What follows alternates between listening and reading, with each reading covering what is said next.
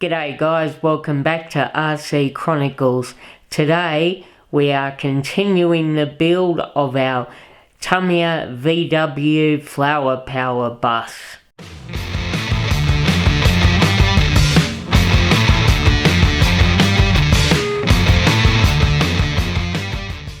In today's episode we cover steps 7 through to 12 of the build. Enjoy! Guys, don't forget, subscribe and smash the bell. Alright guys, we're up to step 7 now, which is bringing the chassis back in and starting to attach stuff to it. Got to attach these lower swing arms which we built in step 4, and do so by attaching them with these screw pins here, and we put the 2 drive cups in, and these 2 O-rings go 1 in each of the drive cups. So I'll do all that now and come back to you with it done and show you what it's like. Alright guys, that is step 7 now done. The rear lower swing arms are attached, and I realised after I started that I needed to cut a couple more pieces off. One of the sprues, the upper swing arms needed to go on as well, so they are on also, and flick that up, and the drive cups are now in place too. So step 7 is now complete. Alright guys, I've got all the components set here for step 8. The only thing I've gone ahead and done was just to attach these ball ends to the arms of the kingpins. But other than that, everything is ready to go. I've got the bearings, the ball bearings, ready to go on the inside of each of the kingpins. I've got the drive cups, oh, there we go, and I've got the C-hubs, there we go, and I've also got these screws to hold the kingpins into the C-cups. So I'll put all that together and come back and show you the finished results. Alright guys, that's step 8 done. The front hub assemblies are complete. It was pretty straightforward, just a little bit tricky getting these screws lined up with the top of the kingpin. They were a bit tight going in. You just need to make sure that the top of where it is smooth, the smooth portion of similar to that, if I grab this screw here, the end of the smooth portion just needs to be right up hard against the plastic top bit, and that way you know that they're in properly. There is supposed to be, they're designed for a little tiny bit of movement, so don't go trying to tighten them right down, because that will never happen. So that's all good. Now we need to skip on to step 9, where we actually attach these guys to the chassis. So we'll bring the chassis back over, and step 9, here we come. Alright guys, I've got all the bits here for step 9. Basically it's just a matter of putting these C-cup assemblies onto the car and getting the dog bones seated in at the same time. So it requires the 2 dog bones, 2 of these which are 3x32mm with the flat. Those are called on this the screw pins, and 2 more screw pins for the top. So I shall put those on now.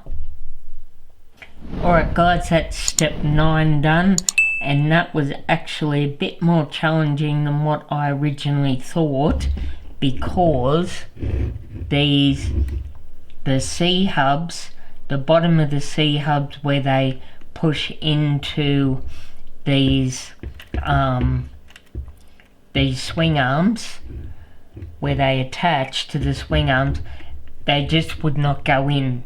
They needed to be actually sanded a little bit to get them to go in, and even then it was quite snug. It probably could have done with a tiny bit more sanding, because these aren't as free as I'd like them to be, so I might have to go back, take them off and re-sand them again a little bit more. But yeah, be aware that they just do not, they won't go on. They need to be. I did the C-cup side. You could do either side. You could sand a little bit off each side of the swing arm on the inside. Not too much, so don't go crazy, because it doesn't need a lot, but it will need some fiddling. But other than that, once that was done, it went on quite fine. So that's step 9 done. Alright guys, this is all the stuff for step number 10. Step number 10 is a real doozy. Just got to really make sure that you go slow and do every little bit exactly as it shows. You got to make 2 of these control arms for the car. I made up 1 just so you can see what they look like. You have to make it up from this large grub screw and 2 of these ball ends. Basically the way to do it is when you put the first one in, it is actually a grub screw, so you use your small Allen key that comes in the kit and screw it in. It's actually quite challenging to get it to go in and start straight. Took me a fair bit to get this one started, but once you do that one, then the other one screws on fairly easily, and you need to leave a 2mm gap between the 2 of them.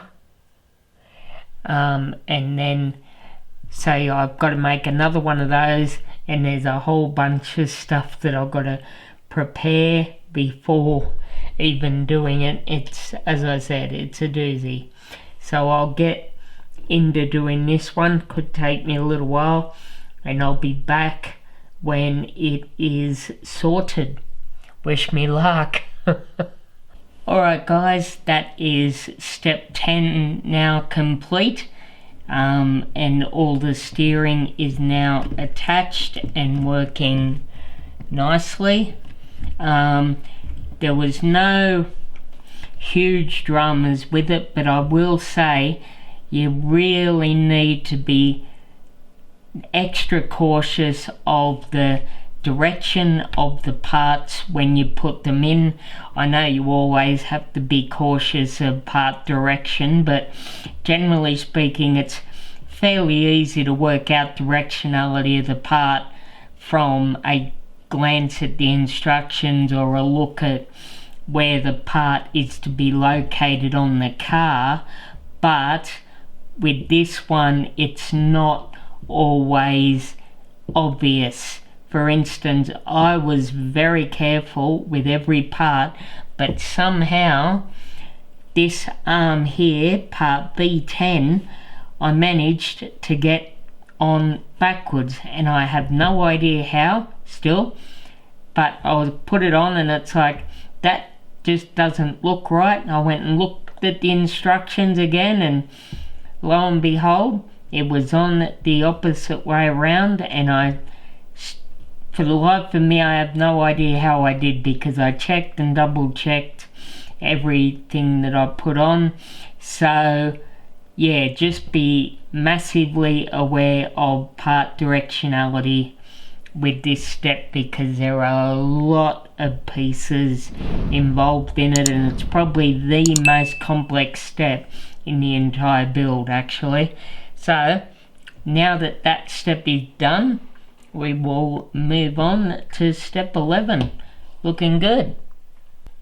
Alright guys, I have all the parts here ready to go for step 11, which is a pretty basic step. It's basically putting the pinion gear onto the motor, pretty basic step, and using this gizmo that I remember using this on my Hotshot 2 years and years ago. Haven't seen one since way back then, so a little bit of a memory lane nostalgia trip, which is cool. And we've got the pinion grub screw, and the only prep to do is to take this little piece of tubing off the shaft of the motor. So I will get that all set up now and come back with the, and there is one more piece to go with that, which is this cardboard, what is now called in the instruction booklet motor plate. I have no idea the purpose of this, whether it's some sort of a heat sink type deal between the metal and the plastic to work as some type of gasket effect. That's the only thing I can think of. Let me know in the comments, guys, do you actually use these? I'm not sure. And the way that it's set up to go in the car, the motor has to be slotted into basically into an access tunnel, and to line this up and then to line the screws up, I'm going to have to gently super glue this plate, bit of cardboard I should say, onto the motor before even attempting that, because it won't sit. It'll sit a little bit, but it will move. So I'm going to need to do that, but I'll get to that in the next step. I'm jumping ahead, so be back in a minute with the pinion attached. Alright guys, the pinion gear is now on, using this guide to ensure that it is in the right position. It'll be in the right position to mesh with the spur gear inside the unseen gearbox of the chassis. As you can probably see there, look, it is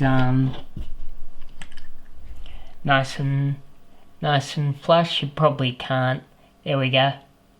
So that's done, and I will say, take back slightly what I said about the motor plate. I did apply a tiny dot of super glue on a couple of the corners just to hold it, but it does actually sit on this motor a little bit tighter than it did on the one that came with my Plasma Edge 2.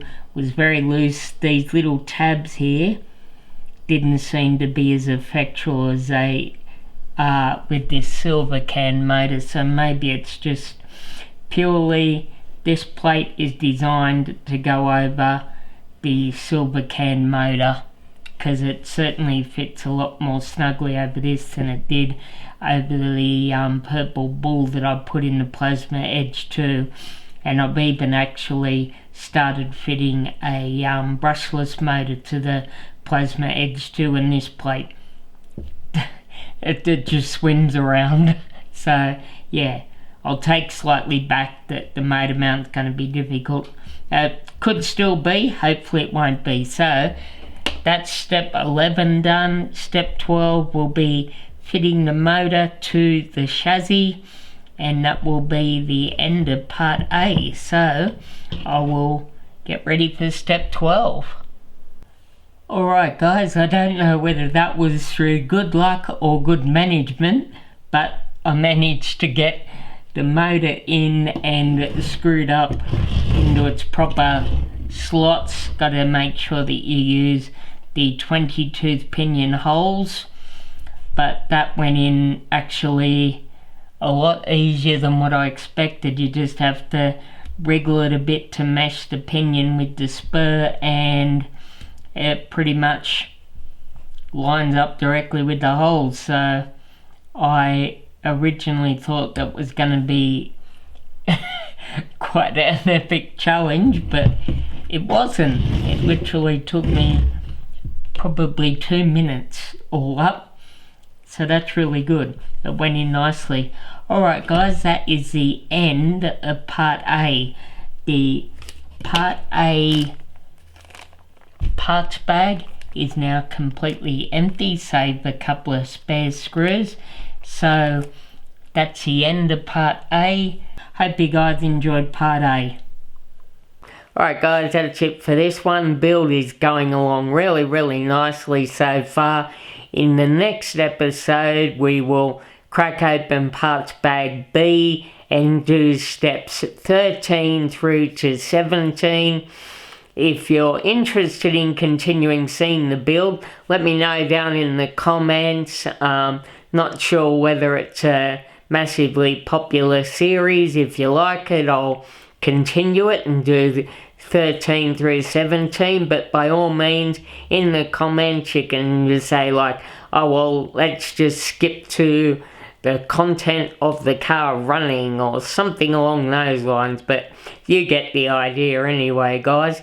So if you're new to the channel, welcome aboard guys, and as always with everyone, if you haven't subscribed yet, please consider subscribing and smashing on that bell. It really helps me out, helps the channel out, helps the exposure, and gives me the ability to reach more of you guys and chat with more of you and have more fun. So it's a win-win situation, I feel anyway. But anyway, I'll wrap it up there, and come on over, by the way, to my RC Chronicles Facebook page where I give exclusive content on upcoming videos, and some behind the scenes stuff will be coming in the future and all that really cool stuff. So I'll leave a link in the comments below where you can find that page.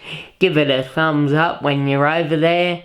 And yeah, cool. Alright guys, that's enough jibber jabber for today.